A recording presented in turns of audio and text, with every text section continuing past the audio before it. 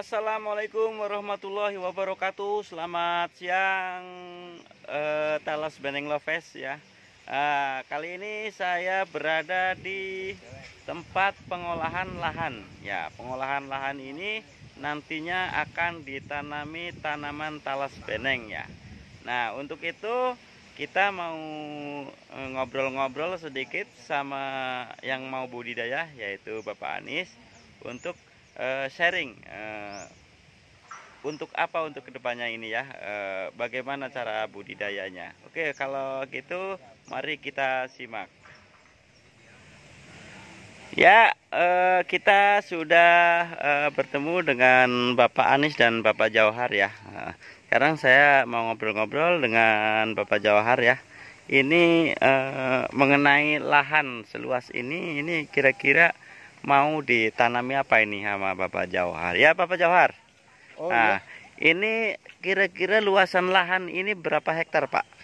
Ini sih sebetulnya hanya sebagian saja, Pak. Ya. Rencana sih memang ada sekitar 5 hektar lah. 5 Ini hektar ya. bertahap kita garap untuk 1 hektar pertama mungkin. 1 hektar pertama. Tapi ini kayaknya udah lebih loh, Pak, seluas ini. Ya, Sekitar kan karena 2 hektar. tanahnya nggak berbentuk kotak ya.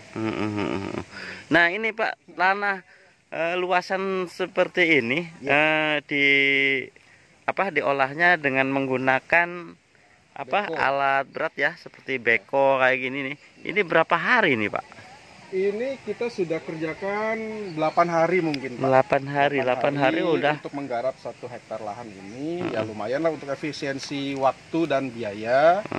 Kemudian di sini juga kan memang kemarin ini rapat sekali untuk semak-semaknya. Jadi dibongkar ini ya, di penjarangan ya. Betul. Tapi nggak habis, Pak ya? Nggak habis. Karena kita perlu untuk naungan nantinya. Karena peruntukannya untuk budidaya talas beneng ya. Talas beneng. Nah, ini kembali lagi nih ngomong-ngomong talas beneng.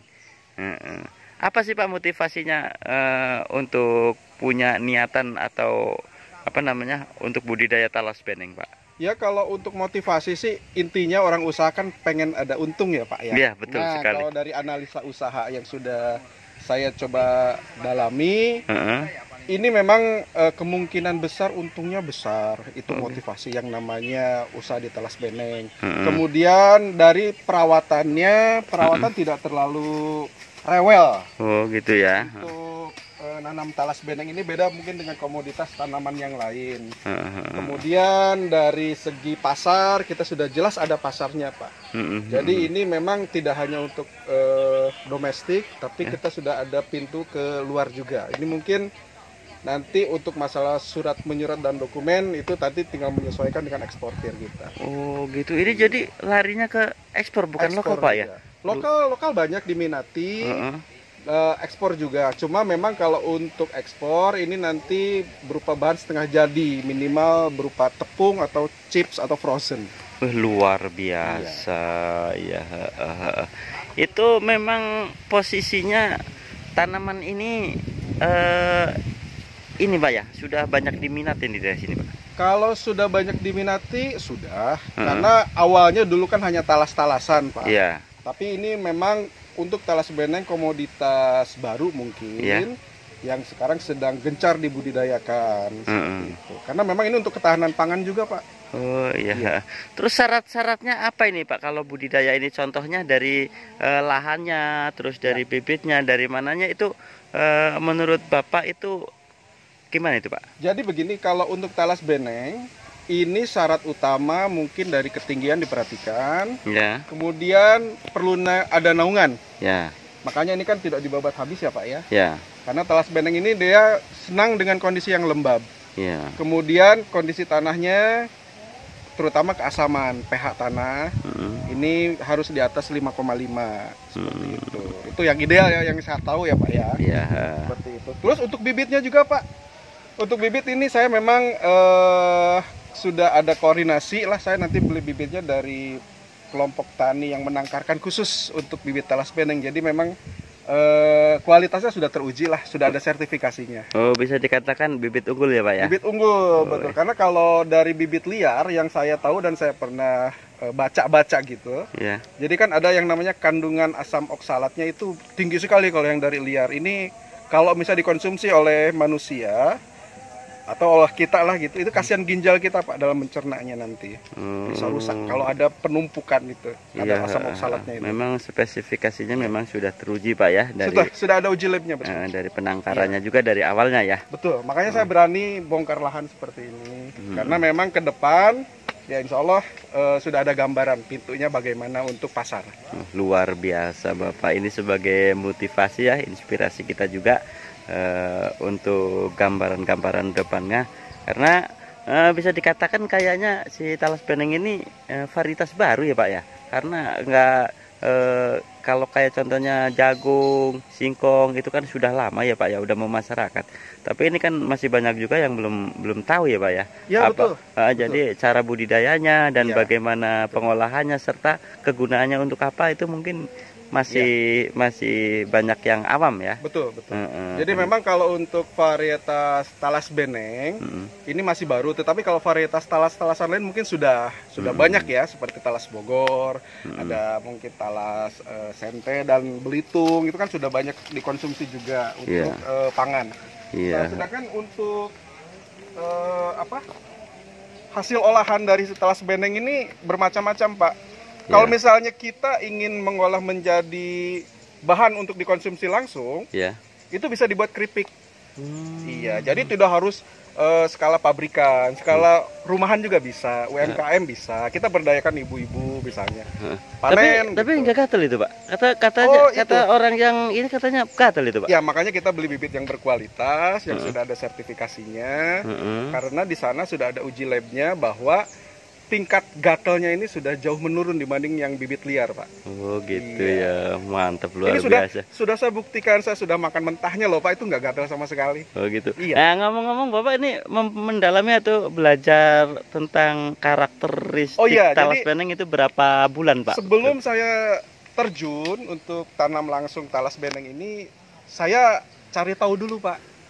Jadi memang saya hampir 1 tahun inilah, 1 tahun saya belajar mengenai talas beneng, karakteristiknya bagaimana, cara budidayanya bagaimana. Makanya saya berani, karena ya kalau kita tidak ada tahu ilmunya, ya ibaratnya kita nyemplung tapi nggak ngerti kedalaman airnya berapa banyak gitu kan, itu bahaya Pak. Jadi kita kan pengen usaha, pengen untung Pak. Bapak budidaya seperti ini bukan ikut-ikutan ada di medsos itu enggak, karena ya, itu awalnya, memang kalau saya lihat, saya baca di medsos itu luar biasa, memang menggiurkan sekali ya Pak ya. Betul. Awalnya sih saya juga jujur saya dari medsos Pak. Saya di sana tertarik, apalagi sedang pandemi ya. Pandemi usaha yang harus kita lakukan untuk tetap dapur ngebul gitu Pak. Sementara kan lapangan pekerjaan banyak yang bubar seperti itu. Akhirnya larilah saya di pertanian ini, ada talas beneng nih lagi rame di YouTube gitu, di medsos. Akhirnya saya coba langsung datang ke induknya nih Pak, yang membudidayakan langsung. Nah dari sana saya belajar seperti itu. Apa sih Pak kelebihan dari talas beneng itu Pak? Kelebihannya? Ya, dibanding talas-talas yang lain. Kalau talas beneng kelebihan dia tuh dari mulai daun sampai dengan umbi semuanya tidak ada yang terbuang Pak. Iya. Jadi kalau misalnya dari daun kita bisa olah untuk daun rajang kering itu untuk ya kalau misalnya yang suka ngerokok bisa kita iseng-iseng gitu Pak. Kemudian bisa untuk herbal juga, dibuat teh juga seperti itu. Kalau dari pelepah itu setelah dikeringkan bisa dibuat untuk kerajinan, anyaman. Kalau umbinya ya macam-macam Pak. Dari sana bisa dibuat gaplek, tepung. Nah tepung ini nanti kan bisa jadi bahan olahan, kue dan lain sebagainya. Ya. Untuk ini Pak, saya juga penasaran. Untuk pasarnya itu udah ada Pak itu Pak. Untuk skala Alhamdulillah gitu. Kalau untuk skala home industry saya sudah ada. Kalau misalnya untuk ekspor pun kemarin kita sudah ada link ya untuk di negara Asia Timur. Ya memang saat ini itu masih belum saya buka dulu lah kalau itu ya.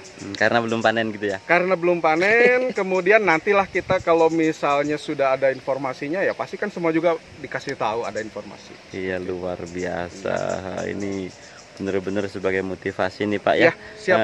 Ini terus kalau dilihat nih Pak ya, kalau dilihat kan banyak pepohonan kayak gini ya Pak ya, Iya. banyak pepohonan gitu Pak. Itu memang pertumbuhannya nggak berkurang gitu Pak, tetap bagus. Oh ya, justru kalau talas beneng ini dia memang memerlukan naungan, Pak. Dia kalau yang saya pelajari, apabila terkena matahari langsung di dataran terbuka, itu pertumbuhannya kurang bagus. Kurang bagus. Betul, ya. dia memerlukan naungan. Oleh karenanya memang si beneng ini cocoknya untuk tanaman tumpang sari. Jadi di samping tanaman utama, di sela-sela tanaman utama tersebut kita tanam talas beneng ini. Jadi selain menunggu dari hasil tanaman utama, kita ada hasil lain sampingan dari talas beneng ini, seperti itu Pak. Luar biasa. Oke, terima kasih Pak ya sebagai motivasi kita untuk kedepannya. Semoga untuk budidaya talas beneng ini dan varietas ini semakin meluas dan bisa dikategorikan untuk ketahanan pangan, serta dari cara budidaya dan dari hama dari talas beneng itu menurut penyampaiannya memang sungguh minim sekali ya. Jadi cara bahasanya itu tidak manja ya tanaman ini, dan tidak manja, dan maunya si neneng ini juga yang teduh-teduh kayak seperti dipayungin, namanya neng-neng itu kan pasti maunya yang nggak suka panas-panasan gitu.